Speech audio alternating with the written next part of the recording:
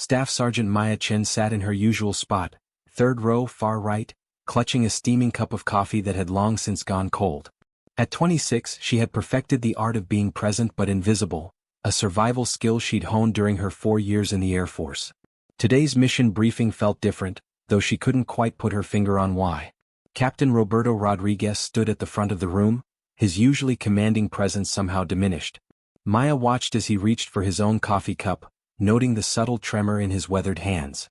For a pilot with over 2,000 flight hours, Rodriguez had always been steady as a rock. Today something was off.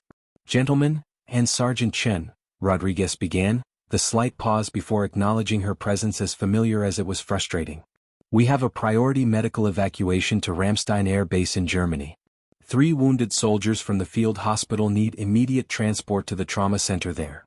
Maya glanced around the room at the other crew members. First Officer Lieutenant Sarah Webb sat in the front row, her fresh-from-flight school enthusiasm evident in the way she hung on Rodriguez's every word.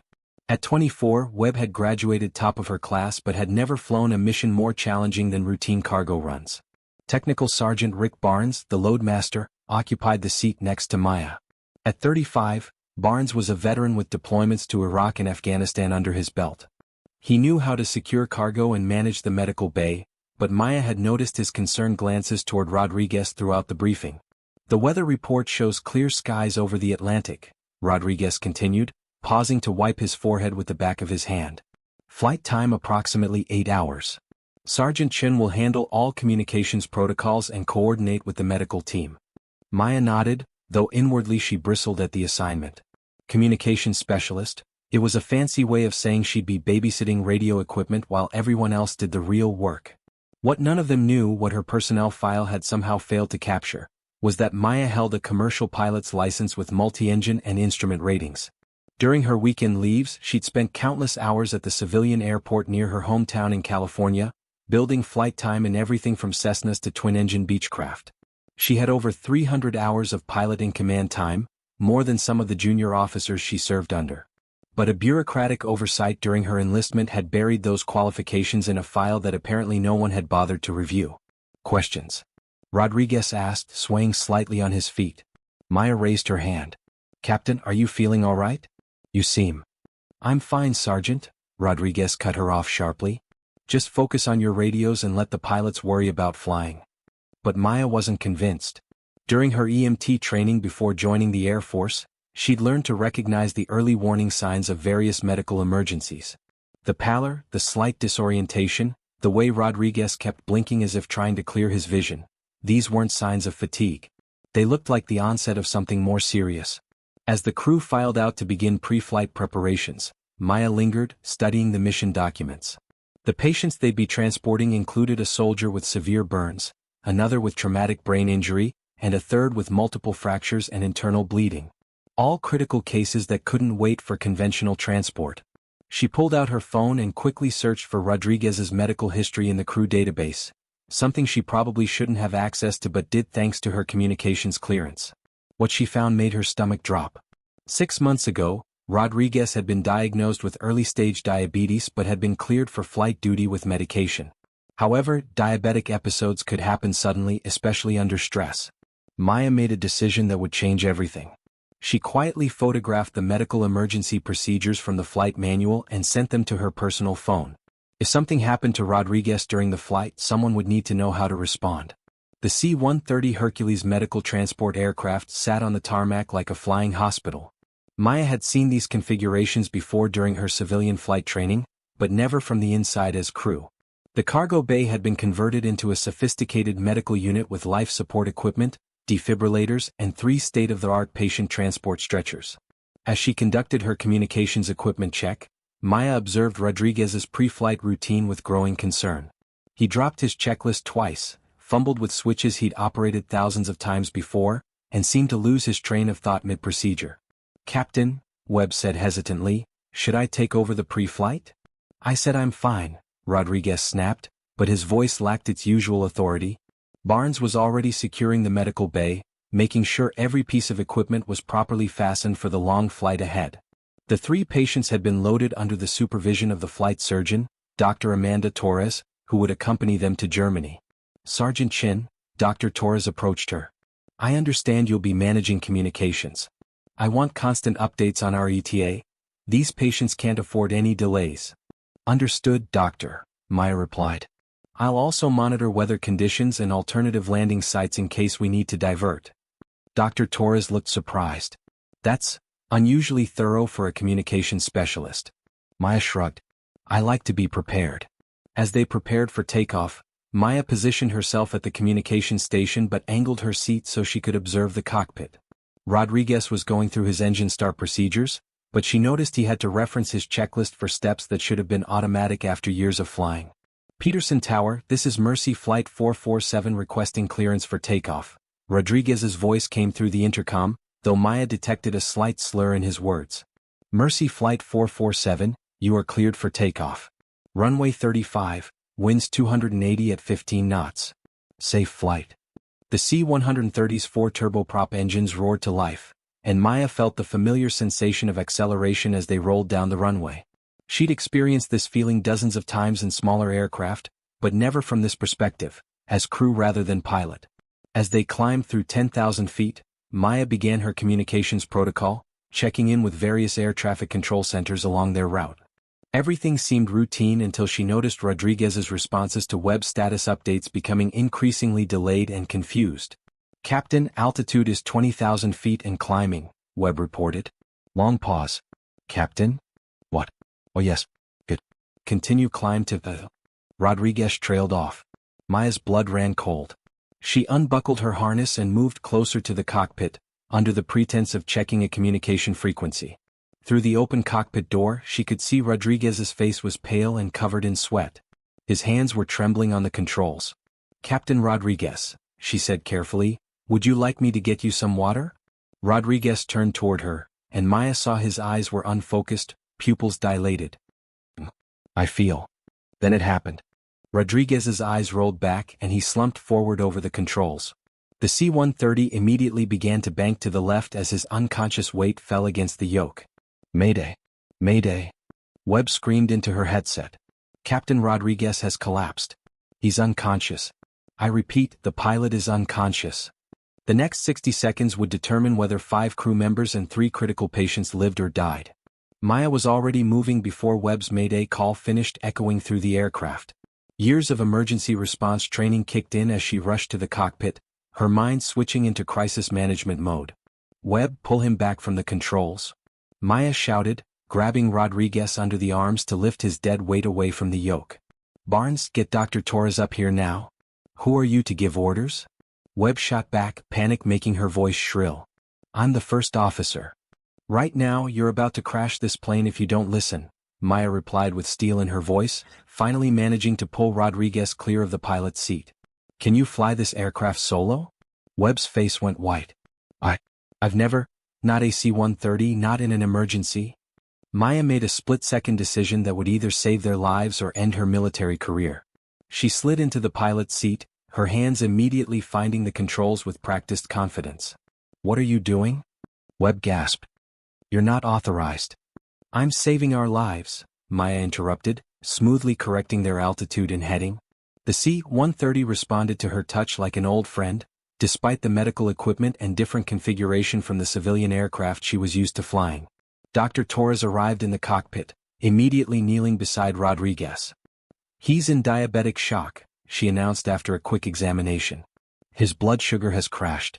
I need to administer glucose immediately. How long until he's conscious? Maya asked, simultaneously working the radio to declare their emergency. 20 minutes minimum, maybe longer?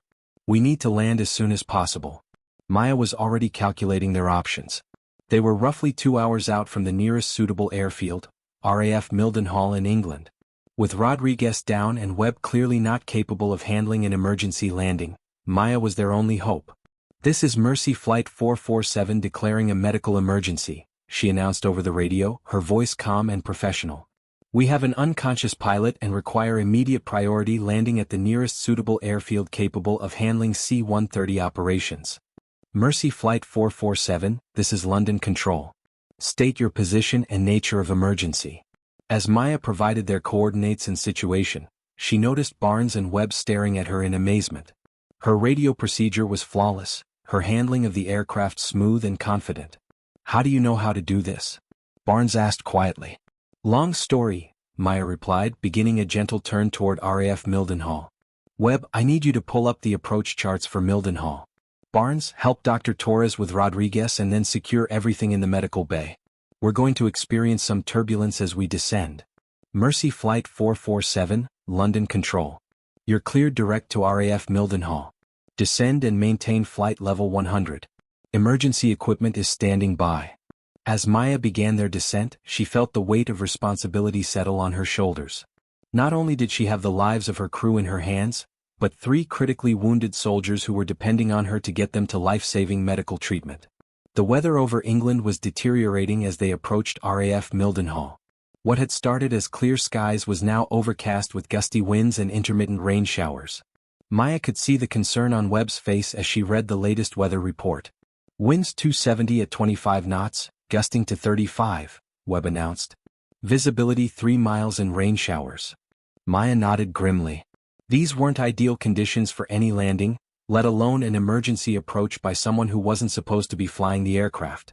But she'd landed in worse weather during her civilian training, and the C-130 was built to handle rough conditions. "Dr. Torres, how's Rodriguez?" Maya asked. "Stable but still unconscious. The glucose is helping, but he won't be able to resume duties for at least another hour."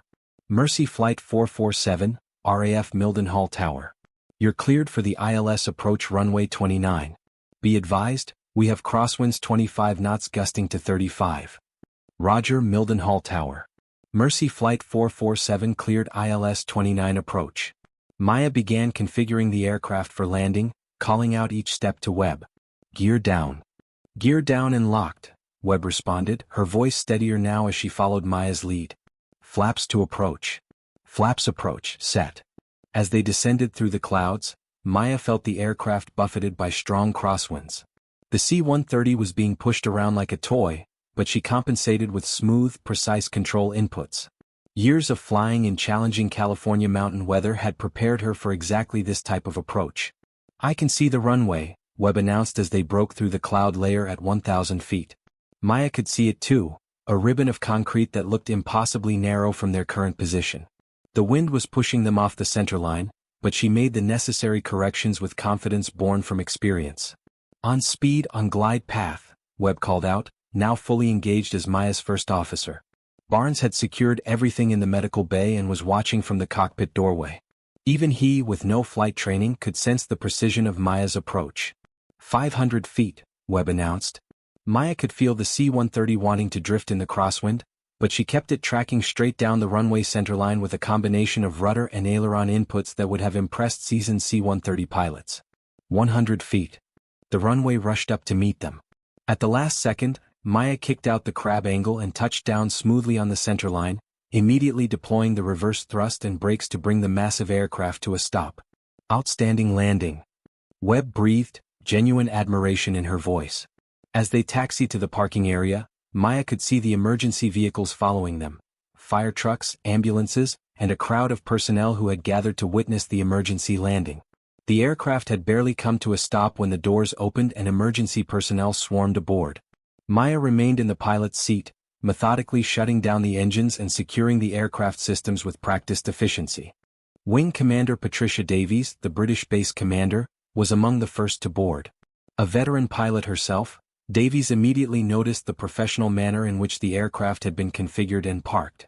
"I understand we have an unusual situation here," Davies said, her crisp British accent cutting through the controlled chaos. "You're Sergeant Chin?" "Yes, ma'am," Maya replied, standing and saluting properly. "And you flew this aircraft here after your pilot became incapacitated?" "Yes, ma'am." Davies looked at her tablet, scrolling through Maya's personnel file. Her eyebrows rose as she read. "According to your records, you're a communications specialist with no military flight training." "That's correct, ma'am. However, I do hold civilian pilot certifications." "What certifications specifically?" "Commercial pilot license with multi-engine and instrument ratings. 347 hours piloting command time, mostly in twin-engine aircraft." Davies' expression shifted from skepticism to surprise. 347 hours? And you've never applied for military flight training?" "I've tried, ma'am. 3 times in 4 years. Each time I was told my specialty was communications and that pilot training wasn't available. Dr. Torres, who had been monitoring Rodriguez during the medical evacuation, approached them. Captain Rodriguez is stable and conscious. He's asking about the landing. Davies turned to Webb. Lieutenant, what's your assessment of Sergeant Chen's performance during this emergency? Webb, who had been silent since landing, straightened her shoulders. Ma'am, Sergeant Chen saved our lives. Her flying was textbook perfect. Better than textbook, actually. I learned more about emergency procedures in the past 3 hours than I did in 6 months of training. Barnes nodded emphatically. Ma'am, I've flown with a lot of pilots in my 15 years. Sergeant Chen is as good as any of them. Maybe better. Davies pulled out her phone and made a call. Colonel Morrison? Patricia Davies at RAF Mildenhall. I need you to pull a complete file review on one of your personnel. Staff Sergeant Maya Chin. Yes, I'll hold. While Davies was on the phone, Rodriguez was helped into the cockpit area on a stretcher. Despite his pale complexion and obvious weakness, he managed to focus on Maya. Sergeant, he said quietly, I owe you an apology. And my life. Just get better, Captain, Maya replied. The important thing is everyone's safe. Rodriguez shook his head. No, it's more than that. I've been an ass to you because I was threatened by your knowledge. You know more about some systems than I do, and I couldn't handle that. Davies finished her call and returned to the group, her expression grim. Sergeant Chin, I just had a very interesting conversation with your wing commander. It seems your pilot qualifications were noted during your initial processing but were somehow lost during a personnel review 2 years ago. Lost? Maya asked. More accurately, buried. By a reviewing officer who felt that women in pilot roles were problematic for unit cohesion. The silence that followed was deafening. Maya felt a mix of vindication and anger, vindication that her suspicions were correct, and anger at the years of wasted potential. What happens now? She asked. Davies smiled for the first time since boarding. Now, Sergeant Chin, you're going to be very busy. I'm recommending you for immediate transfer to pilot training. Not only that, but I'm personally writing a commendation for your actions today. You saved 5 lives and a multi-million-dollar aircraft. There's more, Davies continued. Your story is going to make waves back in the States. The Pentagon is very interested in how many other qualified personnel have been overlooked due to bias. 3 weeks later, Maya found herself in a conference room at the Pentagon, facing a panel of senior officers investigating what the media had dubbed the Chin incident. The story had broken in military publications and then mainstream news. A female sergeant with buried pilot qualifications who had saved lives when her commanding officer collapsed. General Rebecca Martinez, a pioneering female pilot herself, led the investigation. Sergeant Chin, how many times did you attempt to have your flight qualifications recognized? 3 times, ma'am. In 2019, 2021, and 2022. And what reasons were you given for denial? Maya pulled out a folder of documents she'd meticulously preserved. The first time I was told pilot training was closed to new applicants. The second time that my specialty was too critical to lose. The third time that my performance reviews didn't demonstrate leadership potential. General Martinez reviewed Maya's performance evaluations. Your reviews are exemplary. Top 5% in your specialty. Multiple commendations. Who conducted your last review? Major William Crawford, ma'am. The general exchanged glances with the other panel members.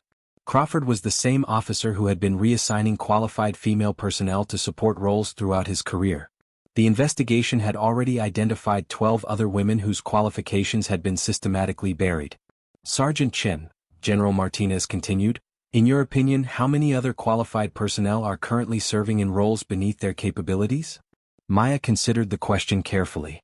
Ma'am, in my experience, many personnel have qualifications that aren't being utilized. Not just women, but minorities and others who don't fit the traditional profile. The military is missing out on a lot of talent. Colonel James Wilson, the panel's senior pilot, leaned forward.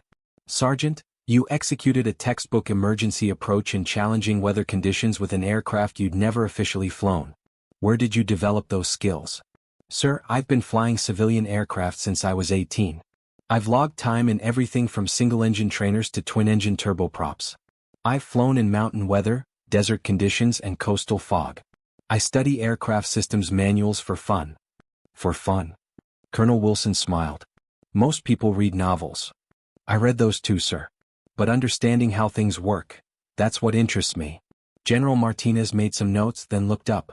Sergeant Chin, effective immediately, you're being transferred to pilot training at Columbus Air Force Base. You'll enter the accelerated program for personnel with existing flight experience. Maya felt her heart race. Thank you, ma'am. Don't thank me yet, General Martinez warned. You'll be under intense scrutiny. Every flight, every evaluation, every decision will be watched. You're not just representing yourself anymore, you're representing everyone who's been overlooked by the system. I understand, ma'am. I won't let you down. 1 year later, Second Lieutenant Maya Chen stood in front of her own C-130 at Ramstein Air Base, conducting her pre-flight inspection as aircraft commander for a medical evacuation mission. The young sergeant who had once been invisible in briefings was now leading her own crew. Her co-pilot, First Lieutenant David Park, was running through the pre-flight checklist. Ma'am, all systems check normal. Weather is clear, and we have priority medical transport to Landstuhl. Thank you, Park. What's our passenger load? 3 patients, ma'am. Including a female sergeant who was injured in a vehicle accident. According to the medical team, she's asking specifically to meet you. Maya smiled. Over the past year, she'd received hundreds of letters from service women who had been inspired by her story. Many had come forward with their own buried qualifications, leading to a comprehensive review of personnel assignments throughout the military. As they loaded the patients, the injured sergeant, barely conscious but alert, managed to focus on Maya's name tag. Ma'am, you're her. The pilot from the news. Just doing my job, soldier, Maya replied gently. You focus on getting better. Ma'am, I have a commercial license too. Been trying to get flight training for 2 years. Maya knelt beside the stretcher. What's your name? Sergeant Lisa Martinez, ma'am. Maya pulled out her business card and placed it in Martinez's hand. When you're recovered, call me. We'll make sure your qualifications don't get buried. As they prepared for takeoff, Maya reflected on the journey that had brought her here. The investigation following her emergency landing had resulted in policy changes throughout the military.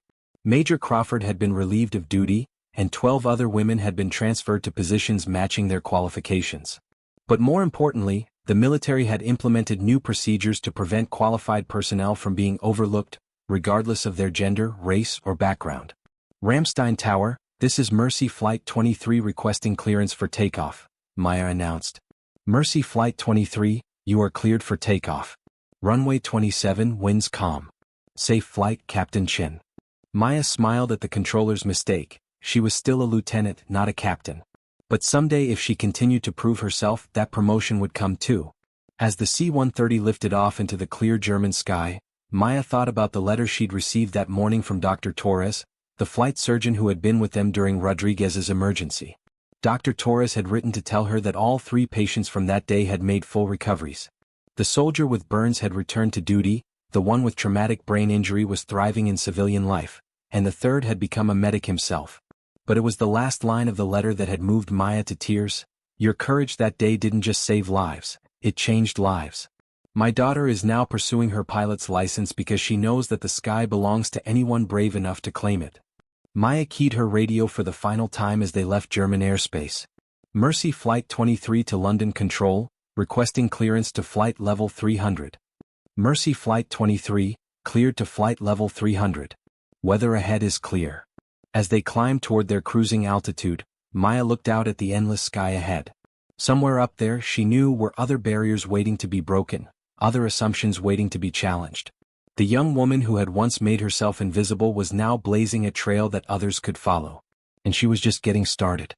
In her flight bag, she carried 3 items that reminded her of her journey: the original personnel file that had buried her qualifications, a photo of Rodriguez, now fully recovered and serving as her mentor, and a letter from a young girl in California who wanted to be a pilot, just like Captain Chen. Sometimes, Maya reflected, the most important flights are the ones no one expects you to take. And sometimes, the person everyone overlooks is exactly the person everyone needs. The sky was clear ahead, and Second Lieutenant Maya Chen was exactly where she belonged, breaking barriers at 30,000 feet, one flight at a time. The most powerful person in the cockpit is often the one no one expected to be there. But once they prove they belong, the sky truly becomes the limit.